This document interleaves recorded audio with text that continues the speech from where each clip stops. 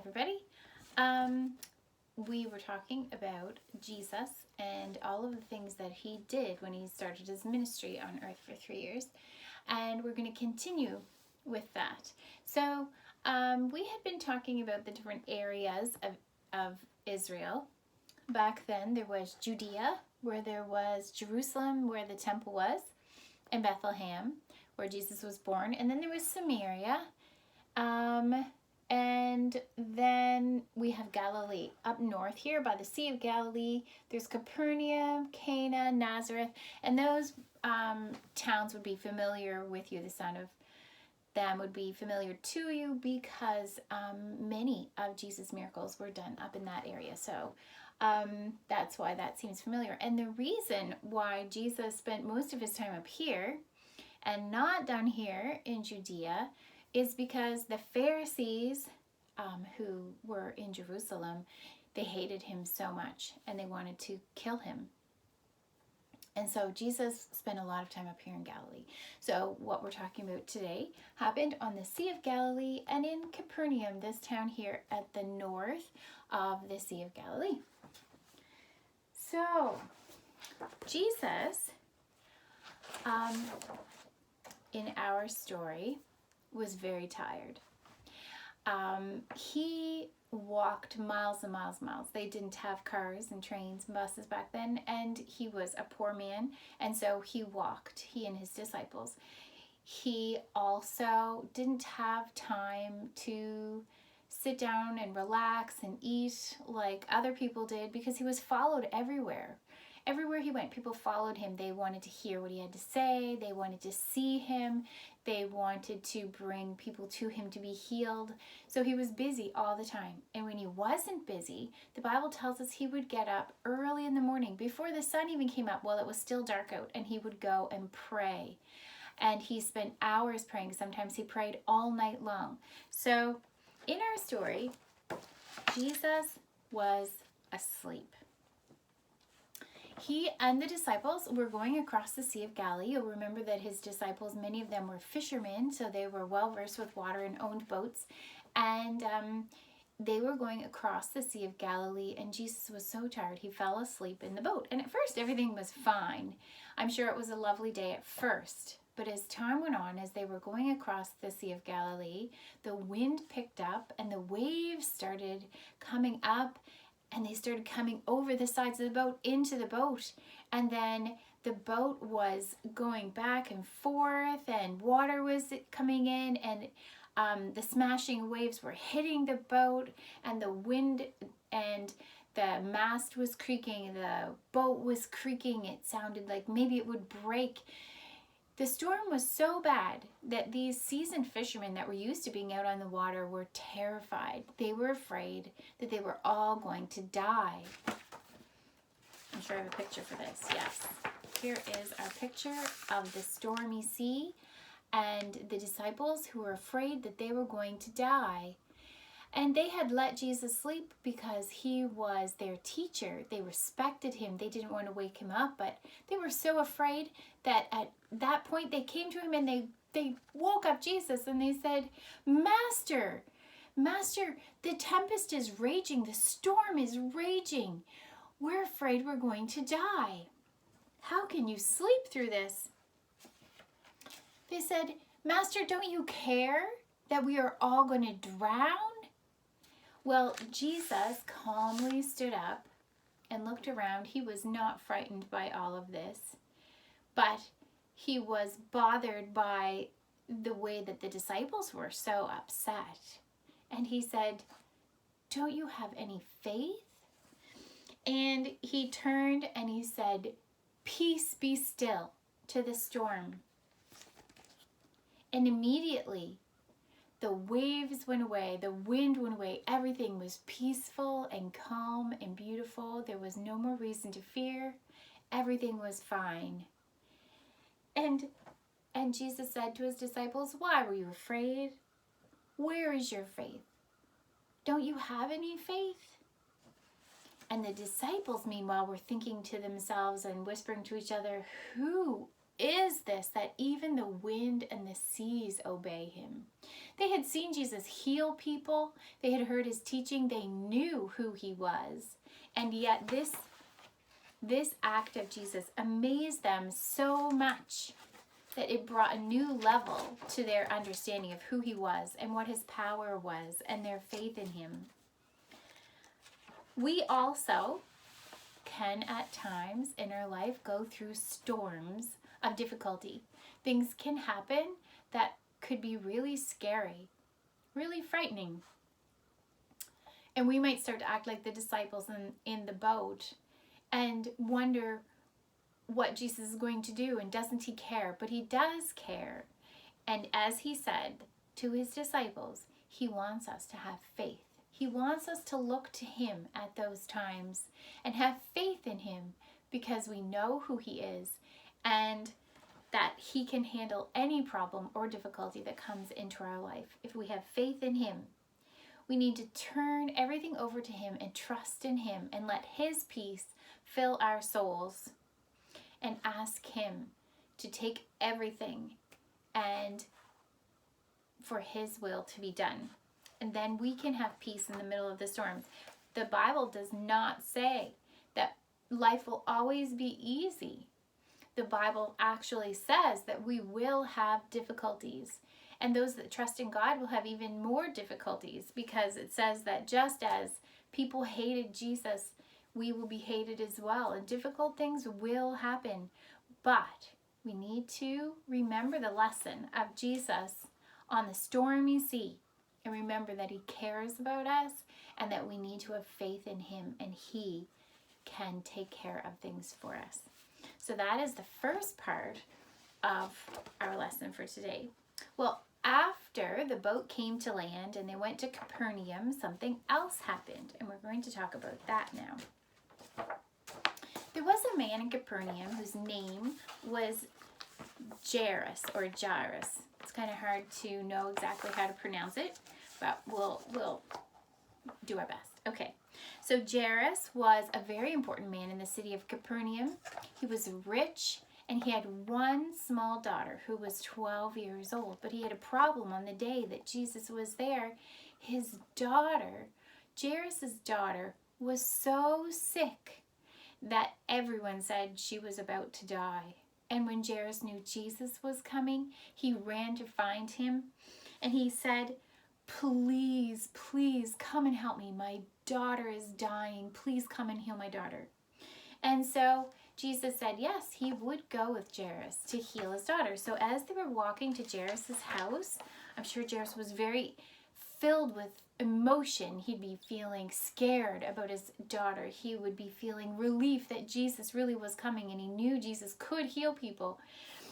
And then in the midst of all this, as they were crowded with people who always followed Jesus and wanted to see his miracles and what he was going to do, and they were going on this very urgent, important mission to save this dying girl, a lady, a very old lady most likely, came up behind Jesus in the crowd, and she had a very serious illness, but she didn't tell anyone. She was quietly following Jesus because she had faith. She had an issue of blood, the Bible says. So she had a bleeding problem. Her blood just kept bleeding and bleeding, and she couldn't get it to go away. She had spent all the money she had in her whole life, everything she owned. She had given it to doctors, and they had not helped her. In fact, she was worse than she was before, and she had had this problem for 12 years. And so she was following Jesus because she thought to herself, I don't want to bother him. He is an important man and he is busy, but if I could just get close enough to touch his clothes, then I'm sure that I would be healed. And so this lady was following Jesus, and she did manage to squeeze her way through the crowd and touch Jesus' clothes, and immediately she felt she was healed. She knew she was healed. But immediately Jesus also knew that she had been healed. And he turned around and he said, "Who touched me?" He wanted to make her acknowledge what had happened. Who touched me? Well, one of his disciples, Peter, who was very common sense, down to earth, he said, well, Jesus, you're surrounded by people. Any one of them could have touched you. They've all been touching you as we're walking, jostling side by side through the streets. And Jesus said, no, no, this is different. I felt virtue go out of me. He knew that his power had been used to heal. And so the lady, with fear and trembling, came to him and knelt down before him and said, it was me. And she told him what had happened. And he was always full of compassion for the people. And he was full of compassion for this lady. And he said, go in peace. Your faith has healed you. So faith is the knowledge of who Jesus is and the knowledge of what he can do and the belief that he can and will help.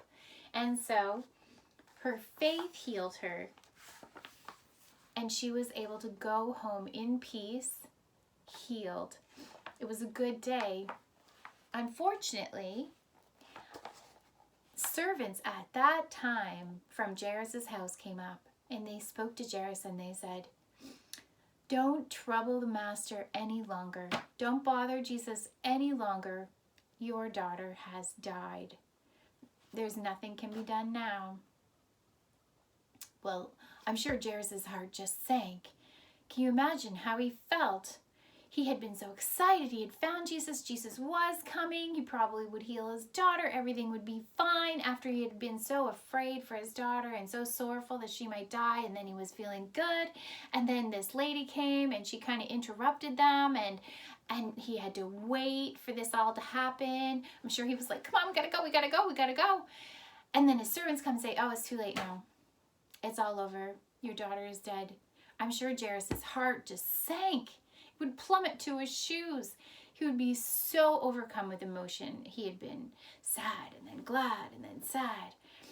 Well, Jesus turned to Jairus and he said, don't be afraid. Don't be afraid. Everything will be fine. Only believe. So now he's telling Jairus to have faith.